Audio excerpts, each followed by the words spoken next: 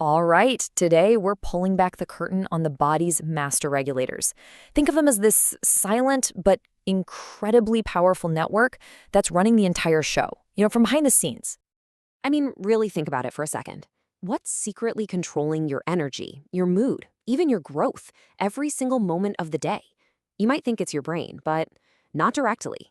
No, it's something else, working away constantly, quietly, in the background.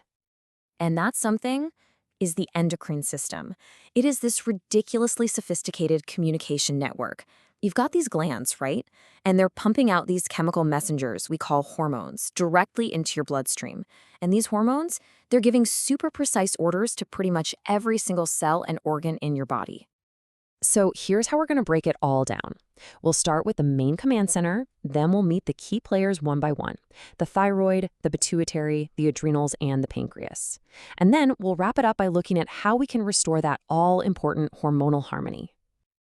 Okay, first things first. Let's get the big picture of how this whole system actually works.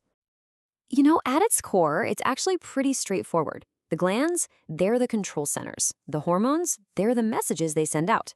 And the goal of every single one of those messages is always, always one thing: balance. That's the key word for this entire system: balance. All right, let's jump into our first major gland, the thyroid. The absolute best way to think about the thyroid is like your body's thermostat. It's what controls your metabolism, how fast you're burning energy. And when that thermostat goes haywire, oh boy, the effects are dramatic. If it gets stuck on high, that's called hyperthyroidism. A common cause is Graves' disease. It's like your body's furnace is just cranked all the way up. You're burning through energy, you might feel anxious, your heart is racing. But on the flip side, if the thermostat is turned way down, that's hypothyroidism. In really severe cases, it can lead to something called myxedema. Now the furnace is barely lit. You feel tired all the time, cold, just completely sluggish. So what happens in the most extreme case? Well, the thermostat can completely break. This is a thyroid crisis, or what doctors call thyrotoxicosis. And let me be clear, this is a life-threatening emergency. The body just goes into this insane overdrive with a super high fever and a heart rate that is just dangerously, dangerously fast. Now, the good news is we have ways to fix this broken thermostat. If it's overactive, there are medications like propylthyrosol, or PTU for short, that can slow things down. If it's underactive, well, we can just add back the hormone that's missing with something like levothyroxine. And sometimes the best option is a thyroidectomy, which is just surgically removing the thyroid to get things back in balance. Okay, so if the thyroid is one of the instruments, who's the conductor of this whole orchestra? Well, that would be the pituitary gland. It's this tiny pea-sized gland at the base of your brain. But don't let its size fool you. It's called the master gland for a reason. It tells all the other glands what to do. So when the master gland messes up, the effects just ripple through the whole body. Take this for example. If it starts pumping out too much growth hormone when you're an adult, you get a condition called acromegaly. This causes the bones in your face, hands, and feet to actually get bigger. The way they fix it is incredible: a surgery called a transsphenoidal hypophysiectomy. They literally go up through the nose to get to the pituitary and remove the part that's causing the problem. Just amazing. And check this out. This is a perfect example of the pituitary's power. It also controls your body's water balance using a hormone called ADH. If you have too little ADH, you get something called diabetes insipidus, and your body just can't hold on to water. You're thirsty all the time. But if you have too much ADH, you get SIADH, and your body holds on to way too much water. And look at the treatments. They're perfect opposites. One needs a medication, vasopressin, to help retain water, and the other requires you to restrict fluids. It's all about that balance. All right, next up, the adrenals. These are two little glands sitting right on top of your kidneys. Think of them as your body's stress response team. When things get intense, they jump into action, pumping out crucial hormones like cortisol. And here we go again. It's all about that delicate balance. Too much cortisol? That's Cushing's disease. You see things like weight gain, a puffy moon face. Too little cortisol? That's Addison's disease, which causes fatigue and low blood pressure. Here's a handy little trick to remember them. With Cushing's, you've got a cushy amount of steroids. With Addison's, you need to add some more. Simple, right?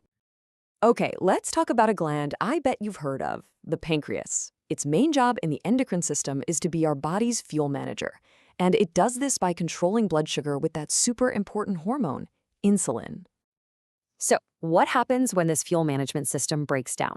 Well, that's when we get diabetes mellitus, which affects an enormous number of people. With type 1, it's an autoimmune thing. The body actually attacks and destroys the cells that make insulin. But with type 2, it's a bit different. Either the body isn't making enough insulin or, and this is more common, the body's cells just aren't listening to the insulin that's there. It's often managed with things like diet, exercise, and oral meds like pioglitazone. So, how do doctors keep track of this fuel management over the long haul? They use a test called the hemoglobin A1C. The best way to think about it is like a report card for your blood sugar control over the last 3 months. In someone without diabetes, that number is usually somewhere between 4 and 5.6%. And if that fuel management fails, the results can be really, really serious. In the short term, you could have a medical emergency called diabetic ketoacidosis, or DKA. And over the long term, all that extra sugar in the blood just wears down the tiny blood vessels, which can lead to serious damage to the eyes, that's retinopathy, and the kidneys, which is called nephropathy. But here's the really great news. The tools we have to manage this are getting so much better. We've got things like insulin pumps that deliver a steady, customized dose of insulin. We've got these precise sliding scales used in hospitals. And we have a whole arsenal of oral medications. There are just so many powerful ways to help the body get its fuel management back on track. Okay, so with all this complicated stuff going on, you might be wondering, how do we even know when something's out of balance? Well, the cool thing is, our bodies are constantly sending out clues. And a big part of being a doctor is learning how to read those signs. Here's a really cool example. A doctor might gently tap on the side of your face, right over a nerve there.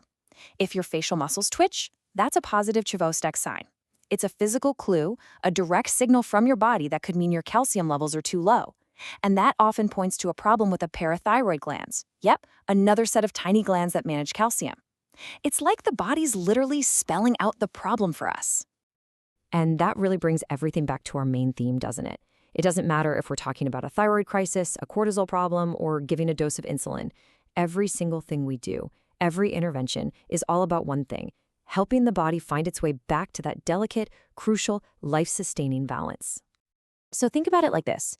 Your body is a finely tuned orchestra. Each gland is an instrument. And for the music to be beautiful, every single one has to play its part perfectly. But what happens when just one instrument starts playing out of tune or goes too quiet? The entire symphony, the symphony of your health, can be thrown into complete chaos.